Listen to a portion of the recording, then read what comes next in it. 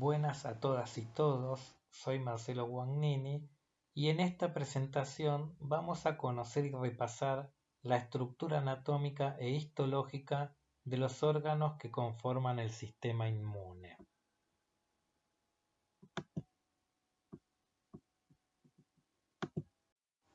Vamos a observar un esquema simple de lo que son los órganos linfoides primarios y órganos linfoides secundarios.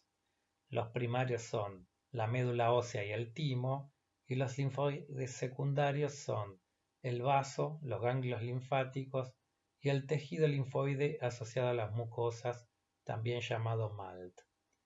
¿Por qué se denominan órganos linfoides primarios a la médula ósea y al timo? Porque es en la médula ósea donde se forman todos los elementos del sistema inmune. Ahora bien, la pregunta sería, ¿por qué el timo es un órgano linfoide primario si no es donde se forman en realidad los elementos linfoides? Lo que ocurre es que aquí es que se diferencian o maduran algunos de los linfocitos, fundamentalmente estamos hablando de los linfocitos T, por lo cual sin esta maduración no podrían cumplir su función en el sistema inmune. Entonces, ¿qué es la hematopoiesis? Es la formación y desarrollo de glóbulos rojos y blancos. Ustedes verán en esta diapositiva que está descrita una célula que es la hematopoyética pluripotencial. Estas células dan origen a progenitores linfoides y mieloides.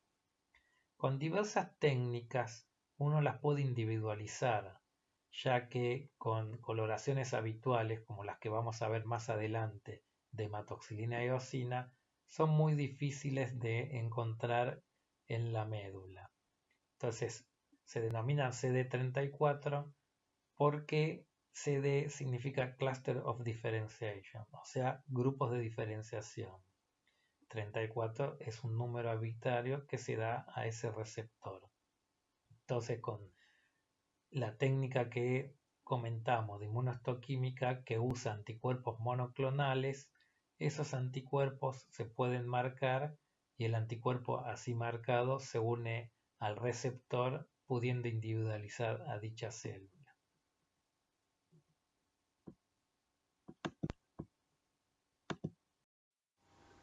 Tenemos en esta diapositiva esquematizado cómo es una médula ósea, con toda la serie mieloide, los vasos que conforman sinusoides, y no se ve en esta foto, pero está sostenida por una trama reticular, o sea, fibras reticulares que de sostén. Sabemos que hay dos tipos de huesos, el hueso compacto, como los huesos planos, el ejemplo clásico es el cráneo, y los huesos esponjosos, como son la epífisis de los huesos largos, el esternón, las vértebras, la pelvis. El sitio donde se prefiere realizar las biopsias para estudiar bien la médula ósea es la espina ilíaca posterior-superior, que es un sitio donde se soporta más este tipo de procedimiento, son menos traumáticos, es un sitio donde la médula ósea es rica.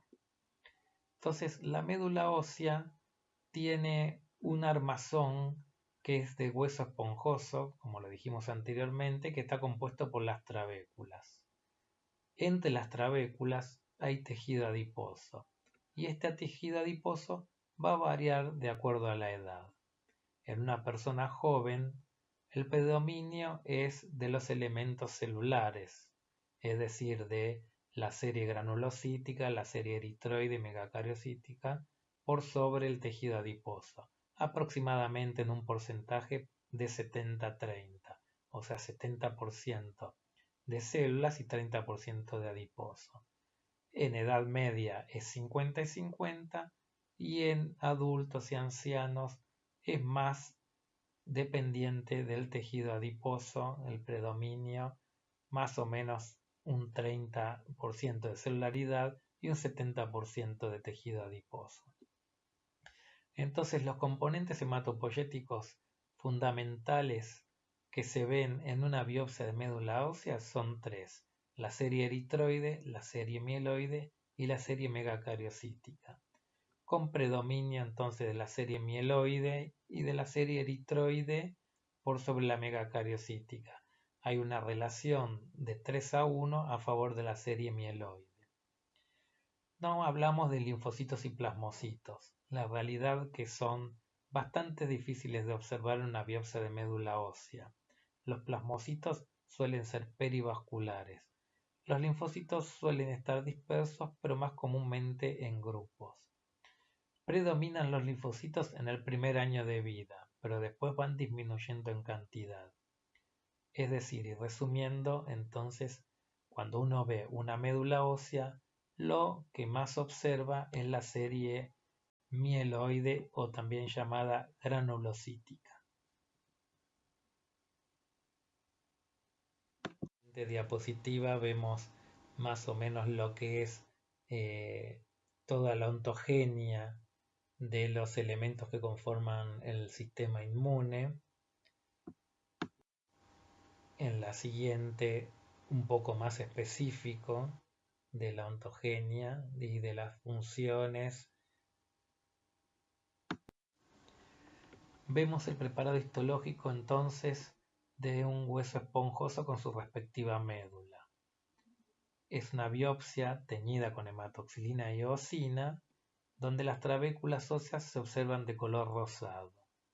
La médula, observen que tienen fundamentalmente dos colores, el azul de la distribución celular de las tres series hematopoyéticas, o sea, la serie mieloide, la serie eritroide y la serie megacariocítica, que va a estar entremezclada. Y el color claro es del tejido adiposo. Recordemos que el tejido adiposo va aumentando con la edad.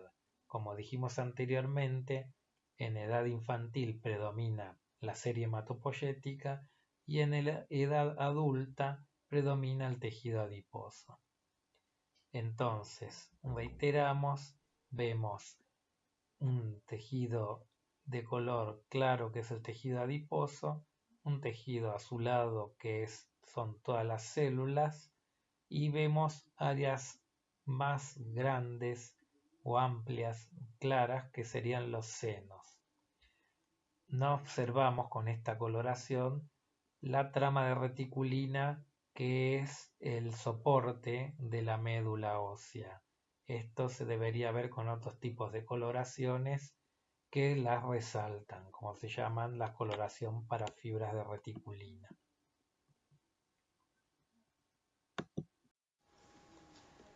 Bueno, entonces la médula ósea está conformada por cielo y mieloide, que son los polimorfos nucleares, por eritroide, donde predominan los eritroblastos. Recordemos que los glóbulos rojos, antes de perder el núcleo, tienen un núcleo redondo y bien oscuro central, y la serie megacariocítica.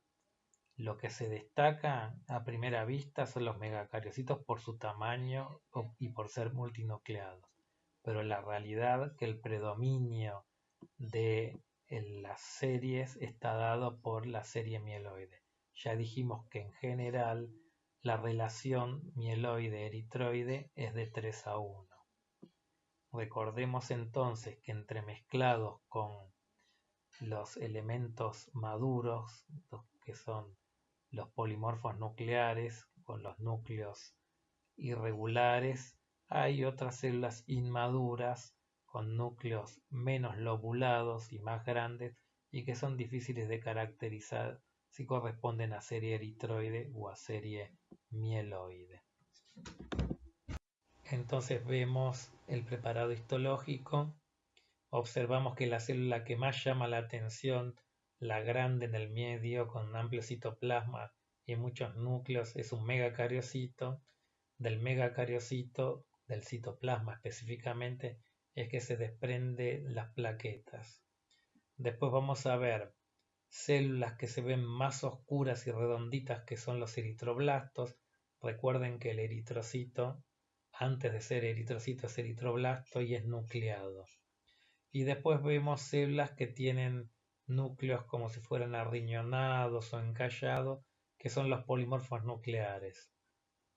Entre todo esto vemos los glóbulos de tejido adiposo y la mayoría de las células tienen una estructura con núcleos más grandes y son bastante difíciles de interpretar si corresponden a la serie inmadura mieloide o eritroide.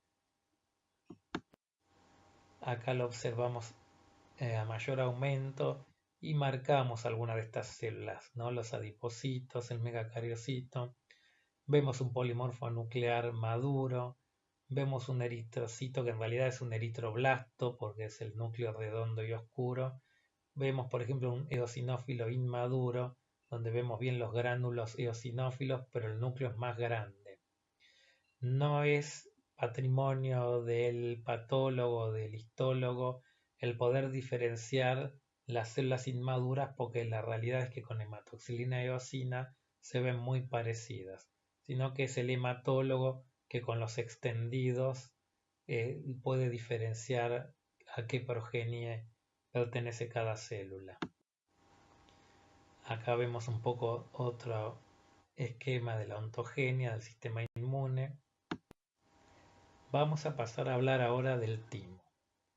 El timo es un órgano glandular que está constituido fundamentalmente y predominantemente por linfocitos, y estos son linfocitos T.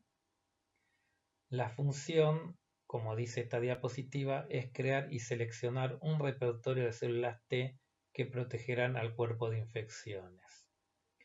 Lo que tenemos descrito en esta diapositiva de la selección positiva y negativa lo veremos más en profundidad con el correr de la asignatura.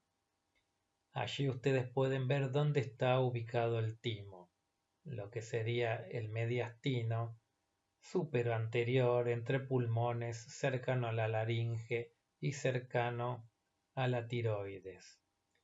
Como anécdota, uno puede contar que en patología tumoral tiroidea, cuando se resecan los ganglios linfáticos de dicha zona, uno puede observar restos tímicos en pacientes de mayoría de edad, porque es de destacar que el timo va involucionando con la edad.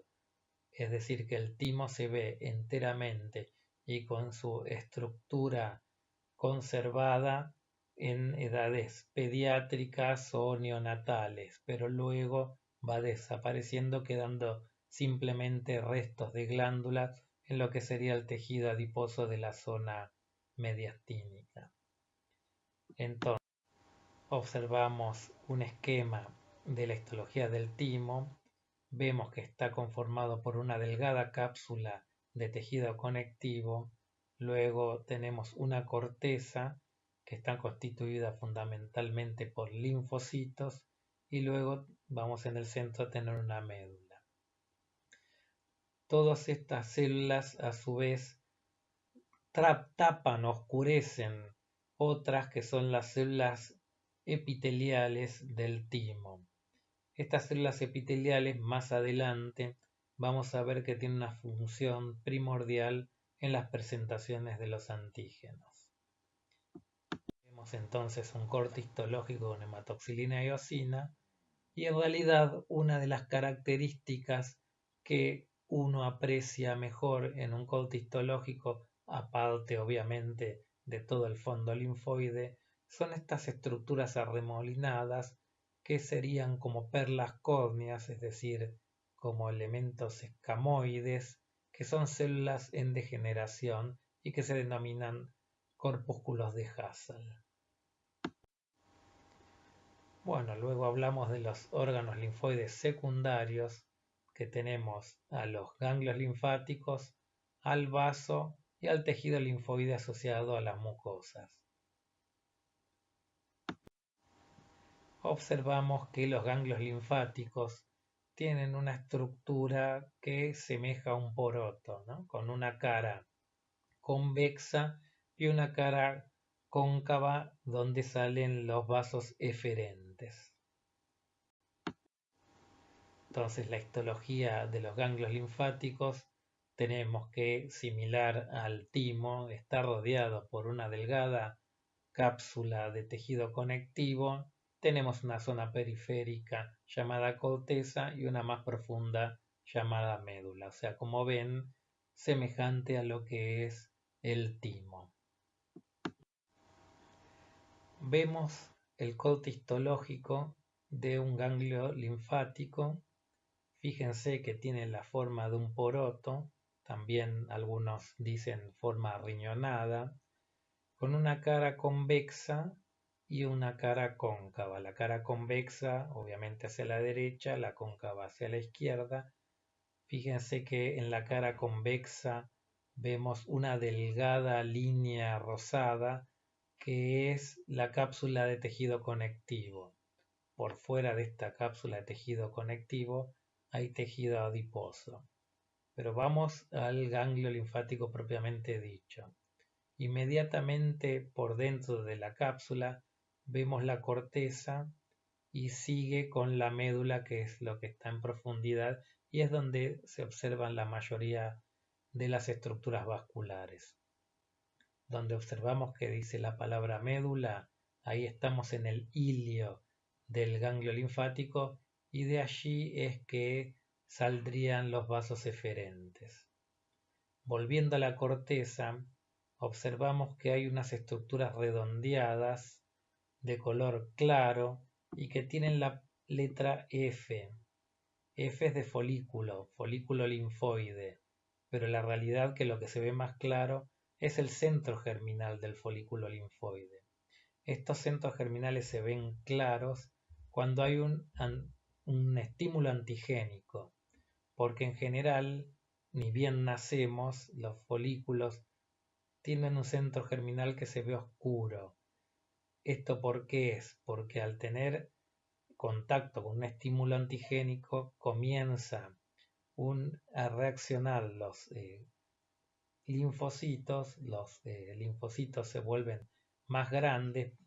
La mayoría de las células a las cuales uno destaca como células inmaduras, ya sea en cualquier órgano de lo que estuviéramos hablando, las células inmaduras suelen ser más grandes, tener más citoplasma, tener núcleos más amplios. Entonces, al tener más citoplasma, hace que se vean más claras las zonas y por eso acá vemos un ganglio linfático que ya tuvo su estímulo antigénico.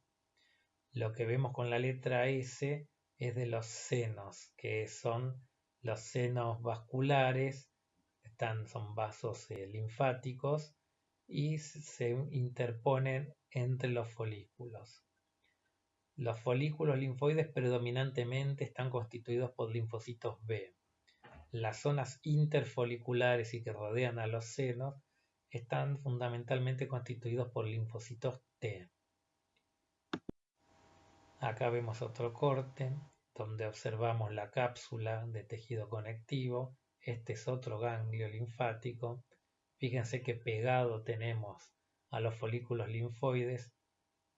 Los tenemos con sus centros germinales bien notorios y rodeando a los centros germinales vemos un área algo más oscura que se llama zona del manto. Así que en realidad un folículo linfoide se compone por tres zonas. Se compone por un centro que es el centro germinal, una inmediatamente alrededor que es el manto y hay otra zona alrededor del manto que en realidad es bastante poco perceptible que se llama seno marginal. Entonces acá en esta diapositiva más o menos volvemos a repasar algunos conceptos de los cuales acabamos de comentar. Vemos otro corte de un ganglio linfático, vemos el tejido adiposo, luego la cápsula de tejido conectivo, la zona B, como dijimos anteriormente, que fundamentalmente predomina en los folículos linfoides, la zona T, que es la interfolicular. Bueno, en esta diapositiva vemos la utilización de otra técnica, que es la técnica de inmunohistoquímica. Ya hablamos de ella cuando nos referimos a la célula hematopoyética pluripotencial, cuando dijimos que utilizamos anticuerpos para destacar esa célula y dijimos que la marcábamos con el CD34. En este caso, utilizamos esta técnica para diferenciar los linfocitos T y los linfocitos B. Si bien nosotros ya previamente sabíamos que los linfocitos B conforman el área folicular y los T las áreas interfoliculares, hay veces que los ganglios linfáticos pierden su histoarquitectura y necesitamos saber por cuáles están constituidos predominantemente. Entonces, acá vemos dos técnicas en una, es decir, que el fundamento de la técnica inmunohistoquímica es la misma, pero utilizamos diferentes cromógenos para destacar cada una de las células. Cromógeno rojo para individualizar la zona T, los linfocitos T, y la peroxidasa, que se tiñe de un color marrón o marrón cobrizo, para la B. Como ven, la zona B es redondeada, o sea que está destacado lo que es un folículo linfoide, y es más disperso en la zona T, donde los linfocitos T están en las áreas interfoliculares. Esta técnica, como dijimos, entonces se basa en anticuerpos monoclonales. Los anticuerpos monoclonales son marcados como para, a su vez, que se una al antígeno, que en este caso son los receptores que están en la membrana de las células, y así como dijimos que el CD34 lo usábamos para la pluripotencial, para identificar la zona B usamos CD20, en este caso sería un anti-CD20 porque el linfocito B tiene CD20 en su membrana, y CD3 para los linfocitos T. Usamos un anti-CD3 marcado. Un poco una explicación somera de lo que es la técnica de inmunohistoquímica, que ya la verán más adelante. Este es otro corte histológico también de ganglio linfático, y lo que queremos destacar en esta diapositiva es que el ganglio linfático no solo se compone de linfocitos, de estructuras vasculares, de tejido conectivo, sino que también hay células presentadoras de antígenos, como son las células dendríticas, los macrófagos, y en este caso tienen una marcación propia los macrófagos, que es el pigmento antracótico, que es el carbón, y esto resulta ser de lo que aspiramos continuamente del medio ambiente. Estos son ganglios en general de ubicación mediastinal, y el pigmento antracótico, si bien es algo que no debería ser normal, es común de ver en los ganglios linfáticos de todas las personas, específicamente los ganglios linfáticos mediastinales. Entonces, que se halle el pigmento antracótico en estas células nos sirve para mostrar cómo se ve un macrófago. Es una célula bastante más grande que los linfocitos y tienen ese núcleo ahí que se ve un poco más violáceo. El pigmento antracótico es negro. Bueno, luego pasamos al vaso. Así como dijimos que el timo es un órgano glandular, por ejemplo, el páncreas sería un órgano glandular, hay otros órganos que nosotros denominamos parenquimatosos. Los órganos parenquimatosos son los órganos sólidos, como pudiera ser el hígado, como pudiera ser los riñones. El vaso es un órgano parenquimatoso. El vaso entonces está ubicado en el hipocondrio izquierdo. Tiene una forma bastante similar a los riñones, incluso hasta tiene pesos semejantes, y lo que vamos a ver es un poco cómo está constituida su histología. Entonces acá un poco lo que dijimos. Vemos entonces la estructura histológica del vaso. Entonces, como verán, todos los órganos repiten varias de sus estructuras. Fíjense que tenemos una cápsula de tejido conectivo que rodea al vaso. Luego tenemos al vaso propiamente dicho, que se divide en dos, en pulpa blanca y pulpa roja. La pulpa roja se denomina así porque está surcada de numerosos sinusoides, que son los que llevan la sangre, o sea, son estructuras vasculares. Y la pulpa blanca está conformada por el nódulo linfoide, es decir, por linfocitos predominantemente. Aunque en la siguiente diapositiva, ese nódulo linfoide tiene una arteriola característica que se denomina arteriola penicilada. El nódulo linfoide tiene una zona central y tiene una zona periférica que quizás en este preparado no es tan fácilmente distinguible, que se llama zona marginal. Ya vamos a ver por qué es importante conocer esta zona marginal.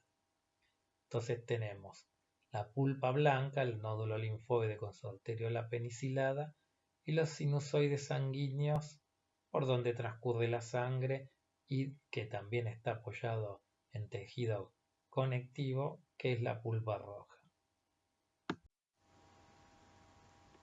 Hemos visto entonces la anatomía de los órganos que componen el sistema inmunológico y hemos repasado su estructura histológica. Las diapositivas siguientes son un poco para recordar cómo se ven las células, pero no cuando forman parte del tejido, sino cuando se ven células sueltas. El hematólogo es el médico que estudia la sangre en su faz líquida. Acá vemos nosotros un tubo de ensayo y vemos cómo se divide el plasma de los elementos formes, es decir, de los elementos celulares, y vemos cómo es su relación. Entonces, ustedes saben que uno puede estudiar un tejido, entonces a ello se le llama técnica histológica, o se pueden estudiar las células sueltas y es un estudio citológico. En esta diapositiva vamos a observar cómo se ven las células, particularmente de la sangre.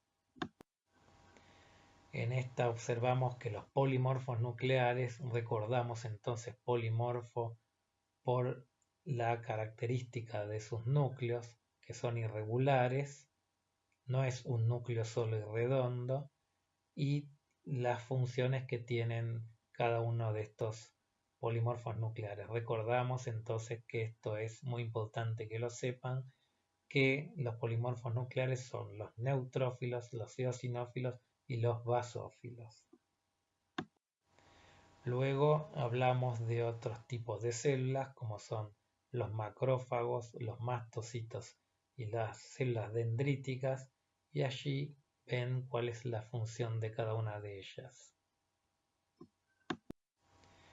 En esta diapositiva entonces hacemos un agrupamiento general de los leucocitos, que los dividimos en granulocitos, estos son los polimorfos nucleares, y a granulocitos, o sea los que no tienen granulaciones en su citoplasma, también son llamados mononucleares porque tienen un solo núcleo.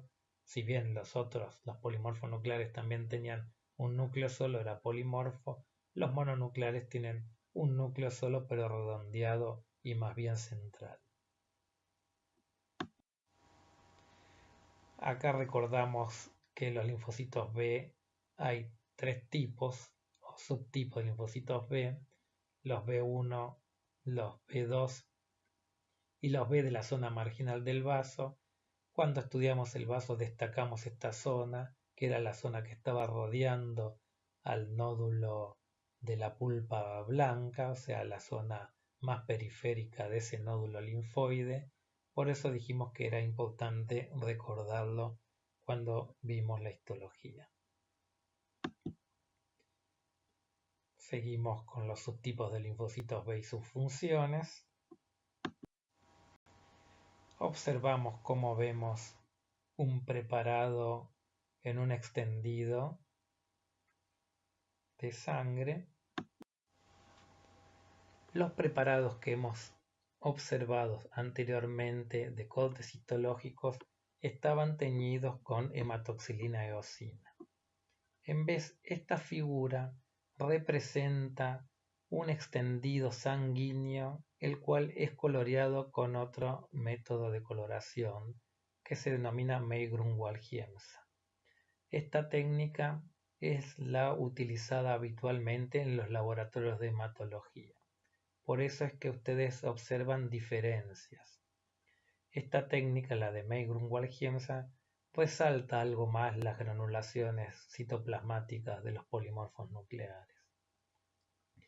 Por último, y antes de despedirme, les quiero decir que todos los preparados que hemos visto en esta presentación están disponibles en el laboratorio de microscopía.